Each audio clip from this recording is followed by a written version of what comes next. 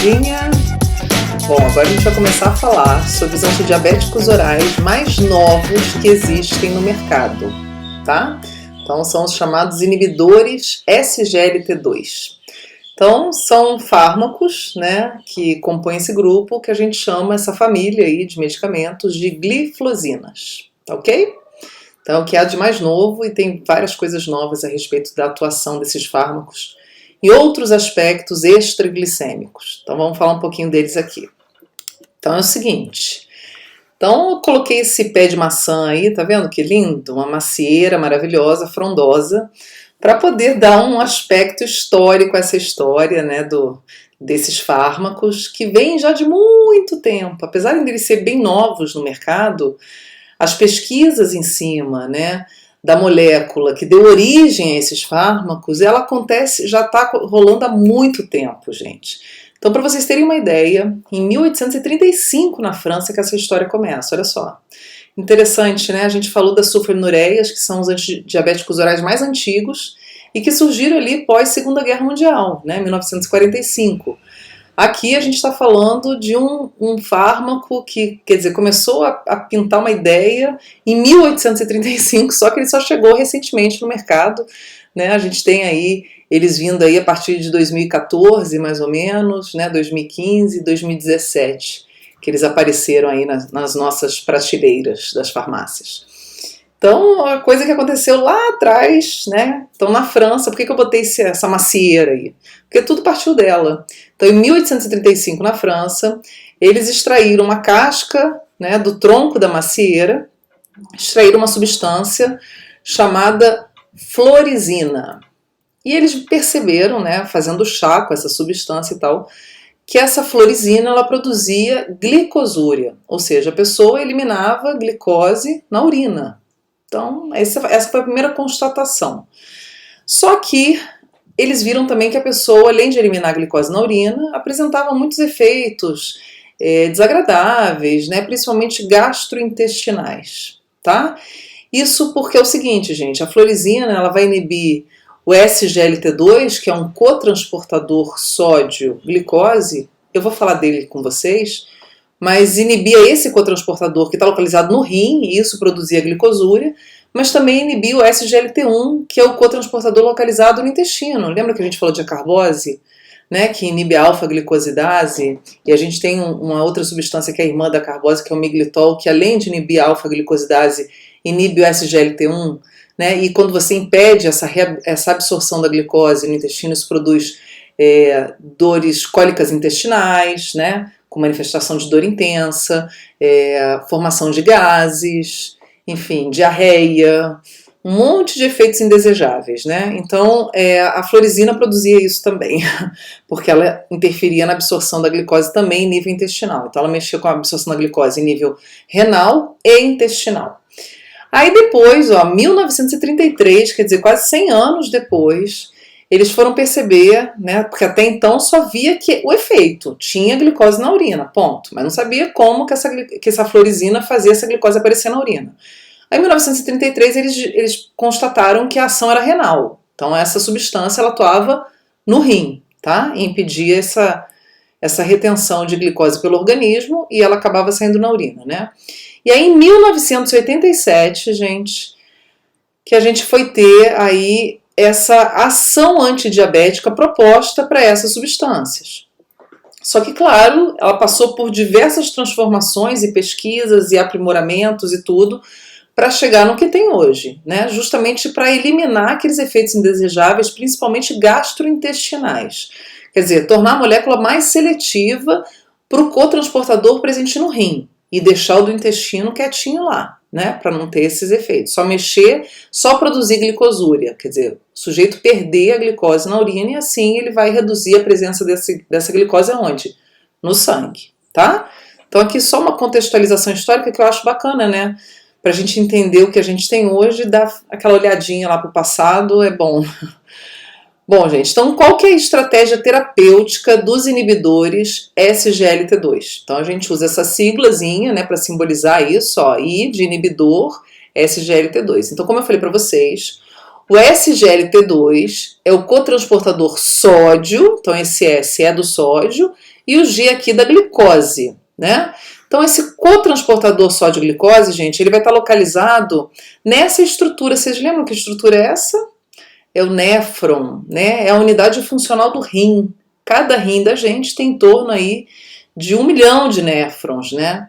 Então a gente vai ter esse SGLT2 lá no néfron, no primeiro segmento de túbulo. Então lembra que é o glomérulo, a gente vai ter o sangue passando por aqui, é uma rede de capilares, onde ocorre o processo de filtração. Esse material filtrado, ele cai nesse espaço que a gente chama de cápsula, de Bowman, né? E aí daqui da cápsula ele segue por uma rede de túbulos. O primeiro segmento é o chamado túbulo contorcido proximal, é onde a gente vai ter o SGLT2, tá? Ele vai estar lá. E aí o que ele faz? Ele faz o cotransporte, ou seja, ele transporta sódio e glicose ao mesmo tempo, tá?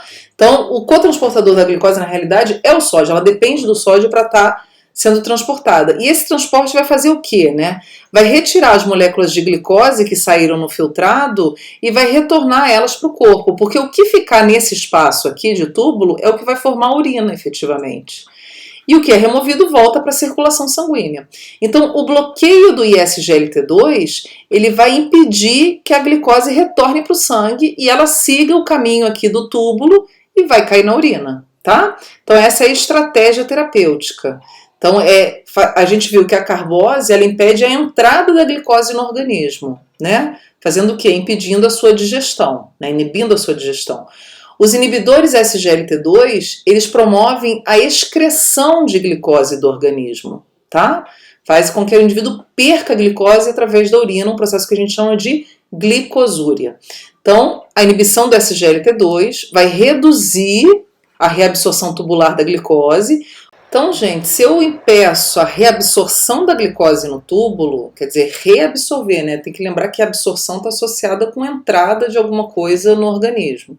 Aqui, na verdade, eu estou falando de um retorno, né? Porque a glicose já estava no sangue, ela saiu do sangue, compôs o filtrado, e aqui o SGLT2 é a chance que a glicose tem, vamos dizer assim, de sair desse filtrado e voltar para o sangue, que a gente vai ter um monte de capilar passando por aqui.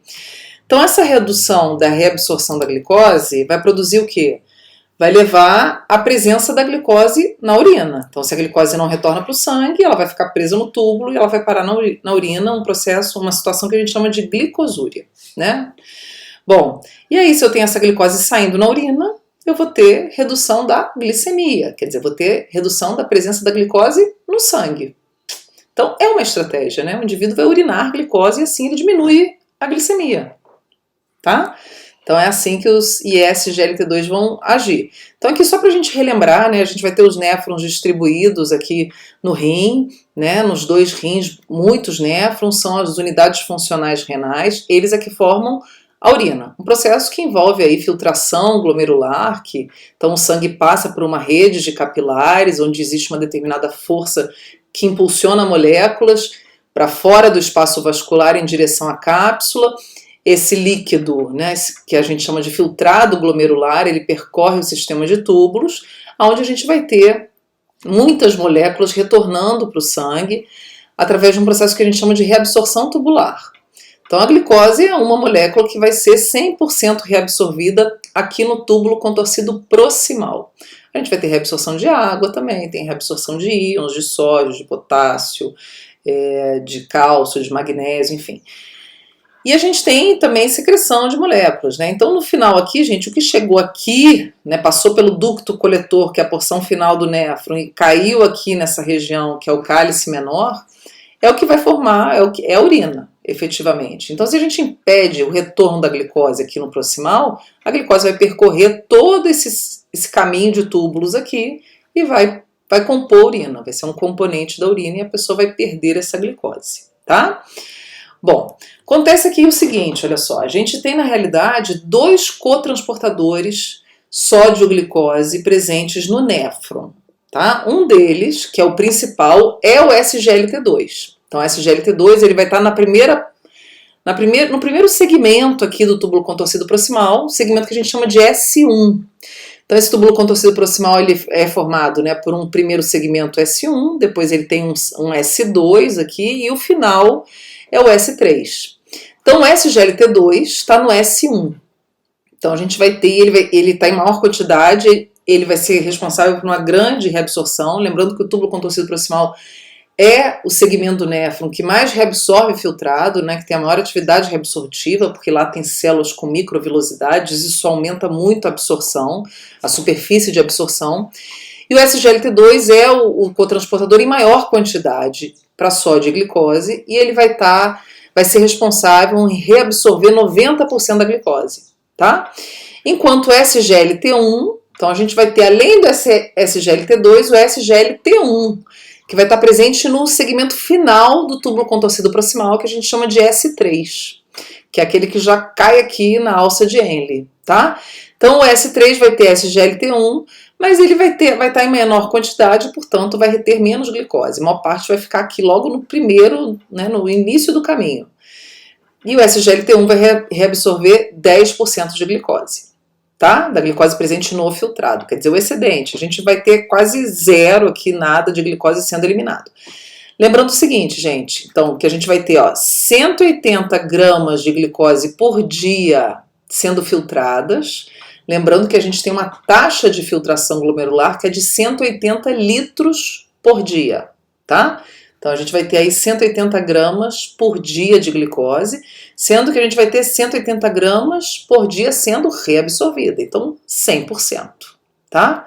Da glicose é retida.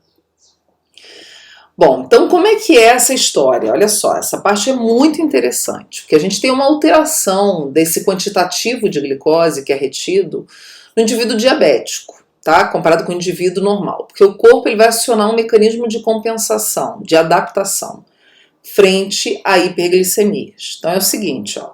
Então a gente tem um limiar aí, né, que vai determinar até quanto de glicose a gente vai ter esse rim dando conta de reabsorver, esse néfron, esses cotransportadores, conseguindo capturar essa glicose. Porque, primeira coisa, por que é importante capturar 100% da glicose, gente? Porque é a principal molécula energética, então não faz sentido a gente jogar ela fora, né? O nosso corpo só vai jogar ela fora quando ela está demais. Por isso que a gente tem a manifestação de glicosúria nos indivíduos diabéticos. Então, no indivíduo que não é diabético, a gente vai ter um limiar de reabsorção de 180 miligramas por decilitro, quando a gente está falando de glicemia. Então, a concentração de glicose no sangue, se ela tiver até 180 miligramas por decilitro, o néfron vai dar conta de reter toda a glicose, ela vai ser 100% reabsorvida. A partir desse valor, quer dizer, se a gente estiver acima disso, a gente já começa a ter perda de glicose, a glicose já começa a ser excretada, tá? Por que isso? Porque a gente tem uma saturação dos cotransportadores, SGLT2 e SGLT1. Eles não vão dar conta do trabalho, que vai ficar demais, glicose demais, por mais que eles tentem reabsorver o máximo possível, ainda vai sobrar alguma coisa que vai cair na urina. Então eles dão conta até 180 miligramas por decilitro. Nos indivíduos diabéticos, olha aqui, muita atenção, hein?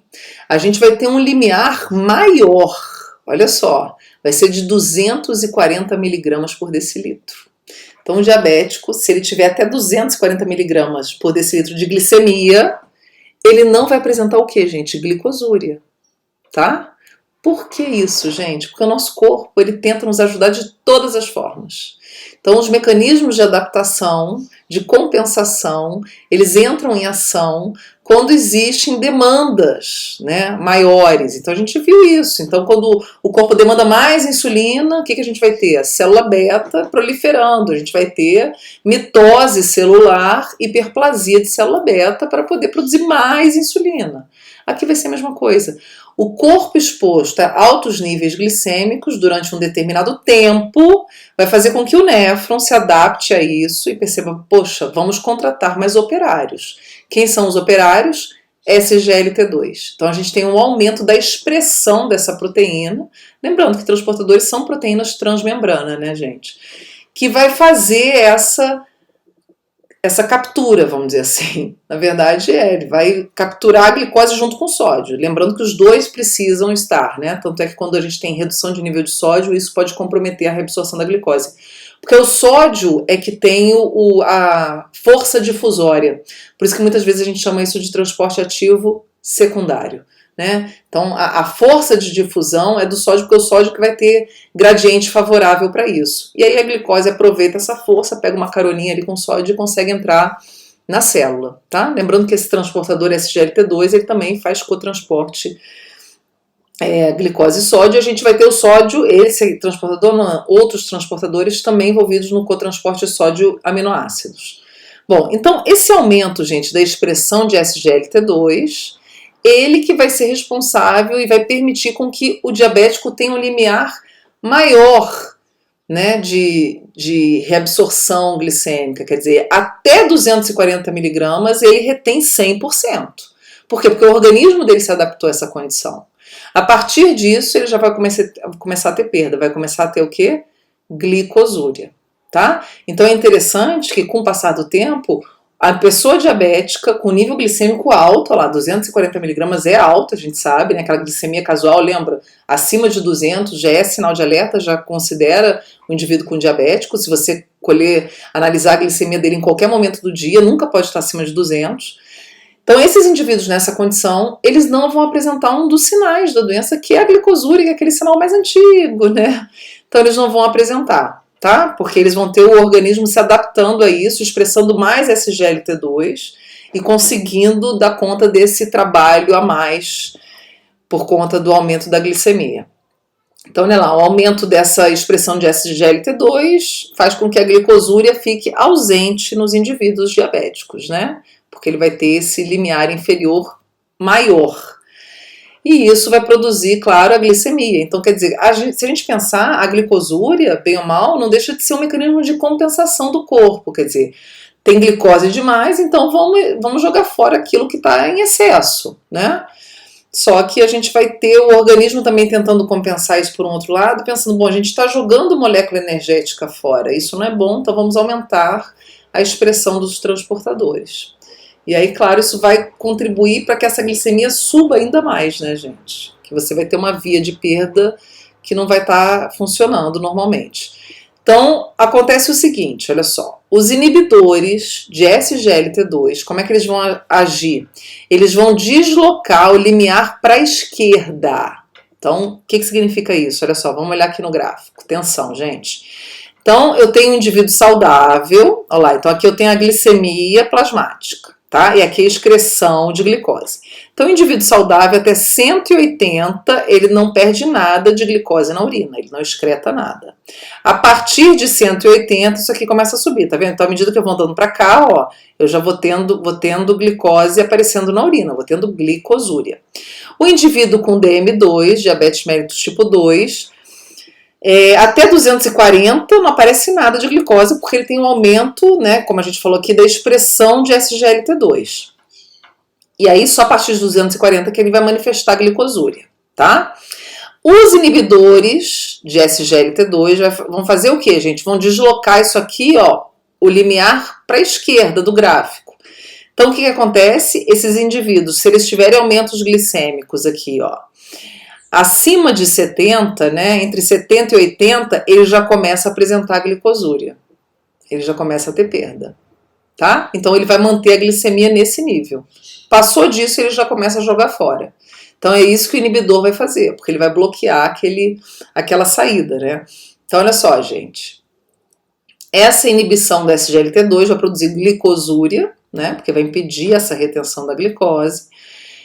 E essa glicosúria é de 78 gramas por dia, mais ou menos, essa taxa de glicose perdida na urina, nessa quantidade, e isso vai auxiliar na redução da glicemia, tá? Então você vai manter a glicemia ali nesse intervalo baixo aqui, que é considerada a glicemia nos indivíduos, né, normais, a gente vai ter nesse nível aí.